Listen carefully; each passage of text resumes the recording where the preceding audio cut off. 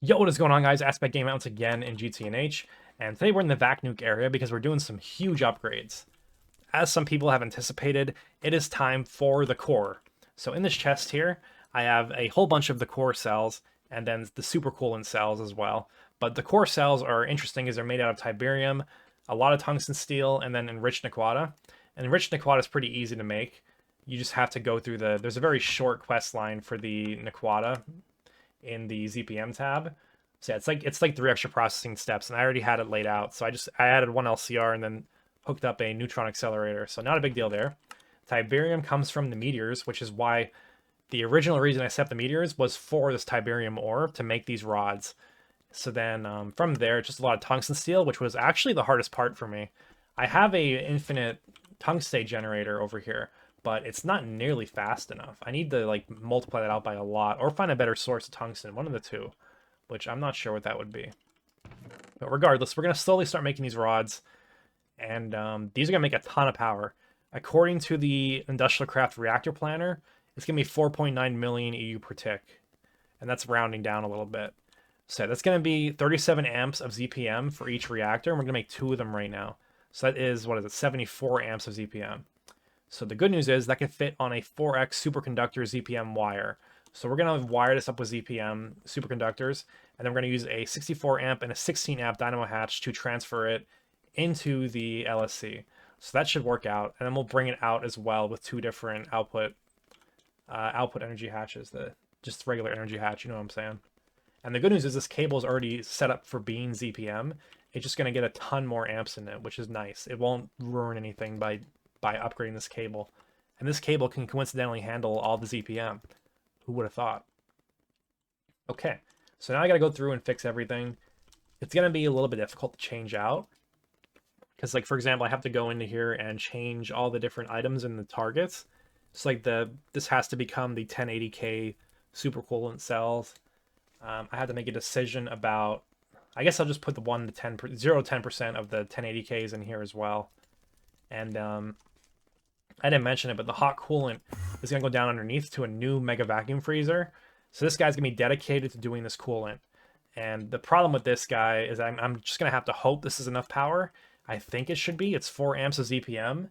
That should be enough. I think that it's probably too much. We're just going to see. Is that I am going to parallel this times 16 at some point, so it's better to be safe than sorry, you know? Okay, what else is there to cover? I need to go through and fix my Steve's Factory Manager. That's going to take a minute. Then I got to take out all the things from the reactors.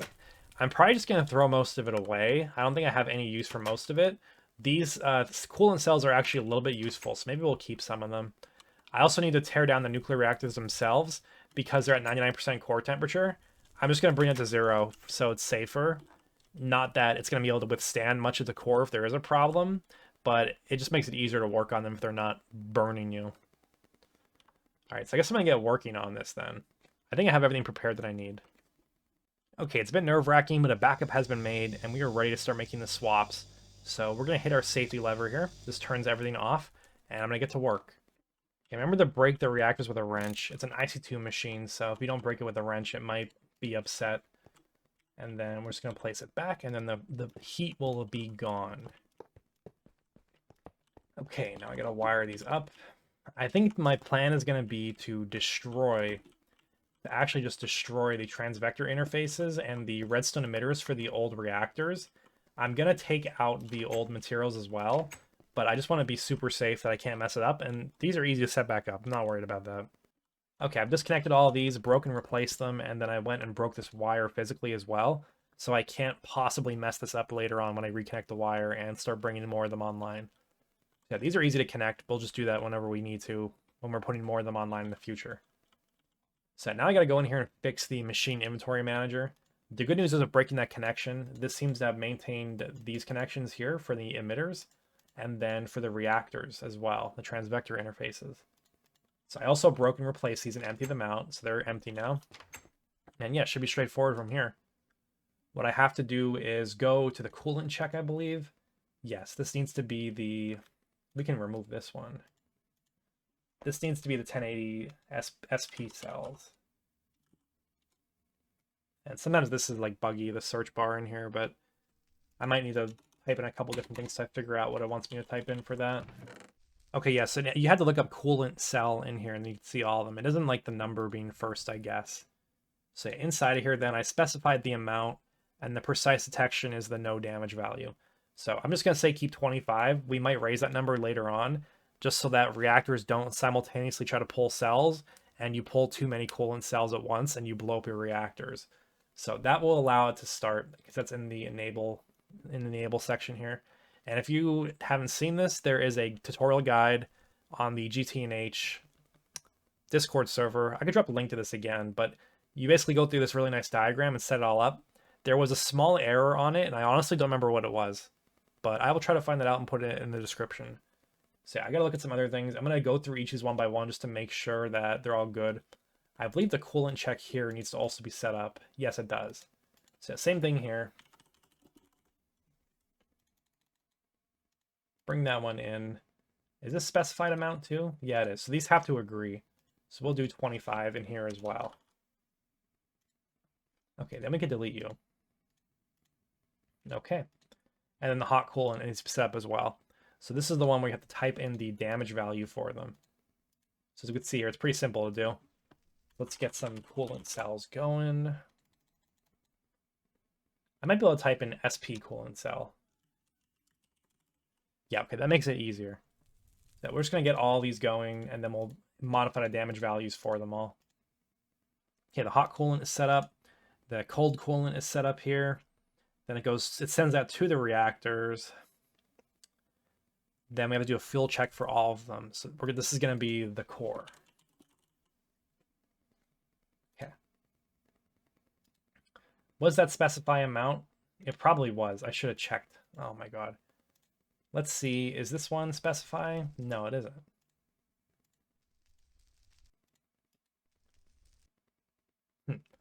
Maybe it wasn't specify amount. Oh, I'm confused now. I gotta go reference the diagram. Okay, yeah, I want to specify the amount to 40 of these reactor rods. Because then I just want to make sure it has enough the cores to fill the whole reactor, basically. Okay, this is set up with the core now. This one you want to be specify amount 1. And then the 2 output one, this is the one on the flow chart. On the diagram, step 11, there is a conflicting message. So the screenshots are correct. You want to have the depleted fuel rod here with NBT independent detection at 0 damage. Not in the text of the screenshot, it says to go for set the specify amount to 1. You don't want to do that. You just want it to be NBT independent detection on 0 like this. So we're going to look for depleted the core. We will go with NBT independent detection and 0. So that is what you got to do. And then the new fuel needs to be fuzzy detection on the new fuel rods. So that's going to be the core again. Then fuzzy detection. Okay, I don't believe I need to specify that amount. Let me double check the diagram. Nope, we're good. Okay, I think that's everything then. Nope, we missed one because of course we did. So this one needs to be fuel rods as well. And now I can't type. And this one is also fuzzy detection.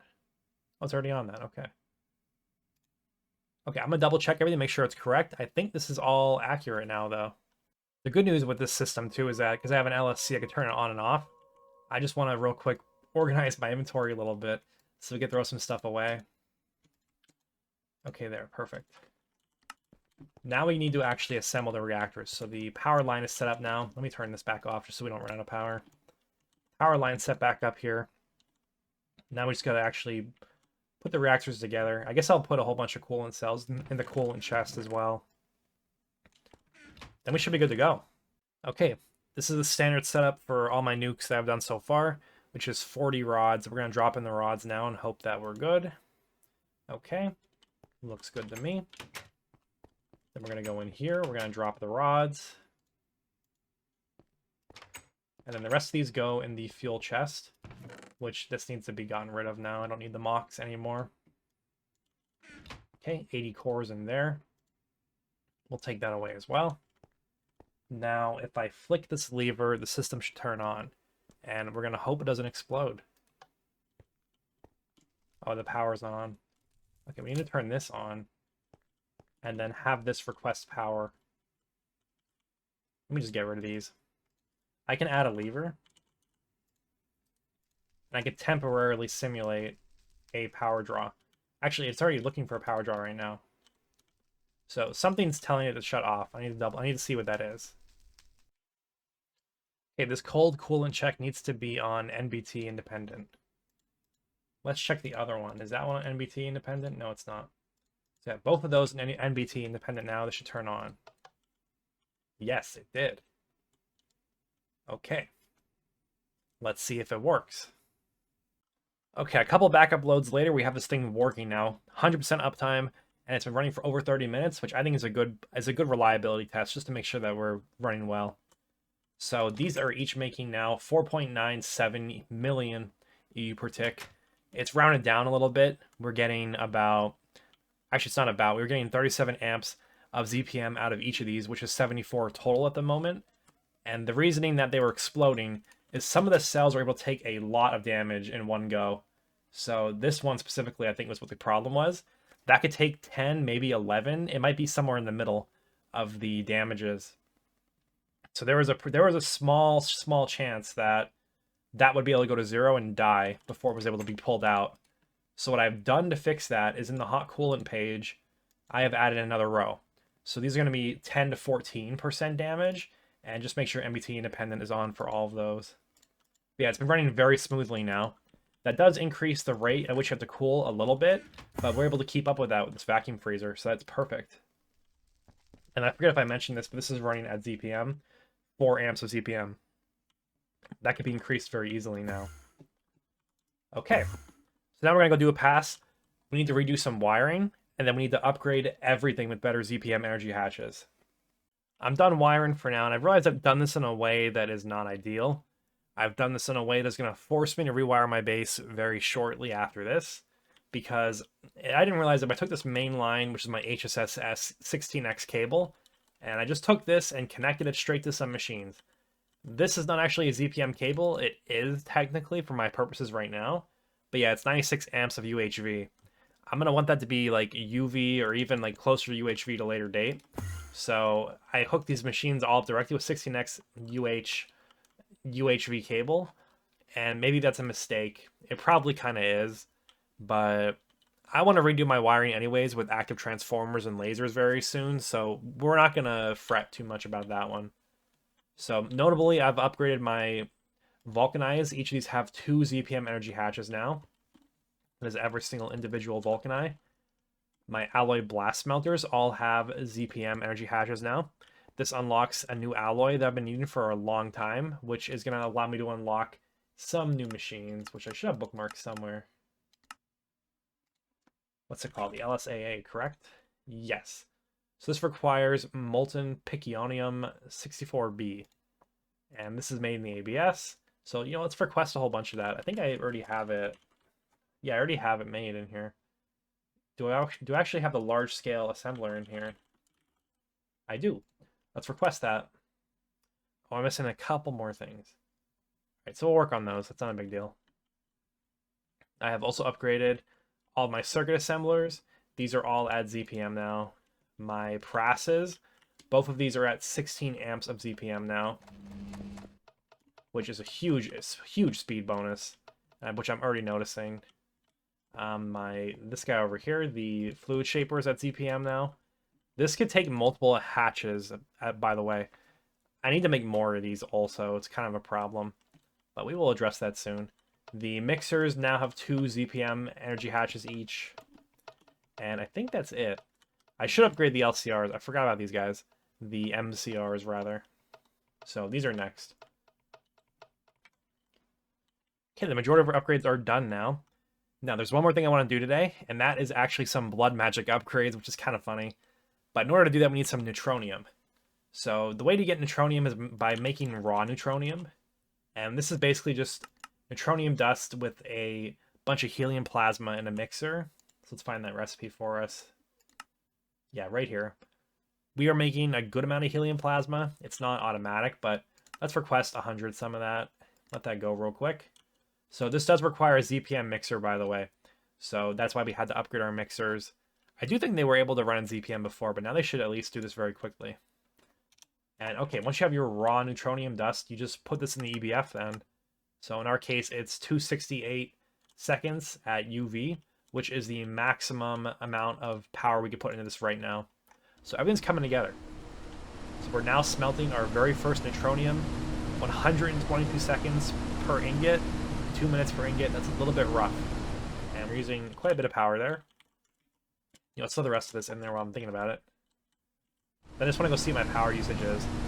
I don't think we're challenging the base with that, but I'm curious to see what it is. Yeah, that's only half of our current capacity. So we are perfectly fine. There's no problems at all. I'm also curious how much durability is gone on these. 4%. Not bad at all.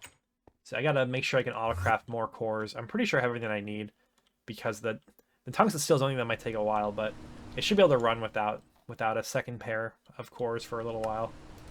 Yeah, let's let this smelt and then we'll go on to the next part. And there we go, our very first neutronium. I've never made this one before. And now the surprise that this was in fact all just one long blood magic episode. So to upgrade my blood orb to the next tier, I make a transparent orb. I'm pretty sure I have everything I need for this already. I might need to program this. I don't have blood lamps. But once you do that, you can then upgrade to an Eldritch Blood Orb. This is created with a bunch of random stuff from Thaumcraft. A new item down here, which is a Gravity Star.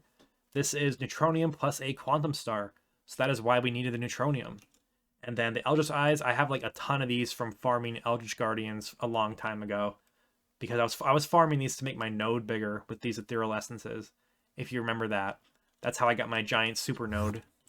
Which honestly is not that giant, but it's very, very good. It's held up very well. So yeah, let us finish that. I have everything that I need now. This is the transparent orb. This guy is just like a weird intermediary blood orb. This doesn't actually do that much for us. I don't really know what the point of it is, but regardless, we craft this. Then we put this in our network. And then we are going to request the new blood orb, which is the Eldritch Blood Orb. Now, I don't think it consumed my other Blood Orb. Did you see that? It didn't disappear. Okay, so yeah, we do keep the Transcendent Blood Orb, which is pretty nice. Looks like this is going already. The Infusion Claw didn't click, did it?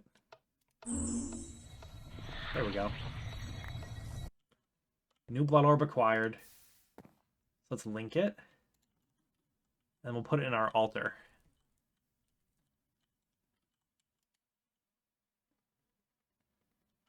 Okay, perfect. So we'll see how much higher our LP goes. I actually don't know what the limit is on this. We'll just see how far it goes. As I was hoping, my Eldritch Blood Orb is getting me more than 100 million LP. Therefore, we can run the Elite Mass Fabricator 2 Meteor Recipe. I've been waiting for this. It unlocks a bunch of things. I've been waiting so long that I don't even know the implications of what I'm doing. But this is going to get me a ton of deep iron. That's good. Going to get me a ton of black plutonium. I don't know what this is used for, but that's a new material to me. Now, I really like this because it gives me a bunch of samarium as well. I need a bit of a samarium infusion right now. I'm very low on it, so that'll be perfect. Nether Star ore is awesome as well.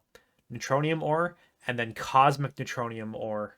So I don't really know the implications of getting my hands on this at this point, but I will be figuring that out pretty soon. Yeah, I'm not really sure what I'm going to be able to do with this at the moment, but I know this is a really, really good material, so I will research that. But regardless, we will put this into our dropper. Now, this makes me nervous. Do I manually drop it? Oh, it's about to go on its own, I think. Or no, that just ticked. Okay, because you just went, we will push the dropper. Summoning the meteor. And we just hope it's not too huge. It might be a little bit bigger than I can handle. Maybe I need to expand my arrays. Yeah, this is actually going to be a lot. I think it's a lot bigger, isn't it? I'm going to have at least 1 or 2 on the edges left over. Yeah, you got to love this. We are mining. Rest in peace, my frame rate. I do think I render at 30 frames, so you shouldn't be noticing a big difference. I haven't closed my game in a while. I feel like there might be a small memory leak on the version I'm playing on. Because I've noticed my FPS drops after a long time. Okay, we need to clean this up so I don't double stack a meteor, but I can just break the top parts of this just to make sure it doesn't double stack, which we'll just do that just to be super safe. Because yeah, those are not breaking, I don't think. And then the edges, I can break these at a later moment because it's okay. It won't double stack a meteor on top of that. Because I have a lot of recipes that run in the background. Like if I call for indium right now and it needs sphalerite, it's gonna be a problem. But it's okay. I think this is a good point to call it a day. I've been researching the cosmic neutronium a little bit. It seems like this is mostly used in UHV parts, which is pretty cool, but we're not quite there yet. We're pretty close to UV, pretty much done with ZPM at this point. I got to do the new fusion reactor and a couple more multis, and then we're out of here and on to the next tier already. So yeah, pretty cool. Until next time, guys, thank you all for watching, and I will see you next time. Have a good day.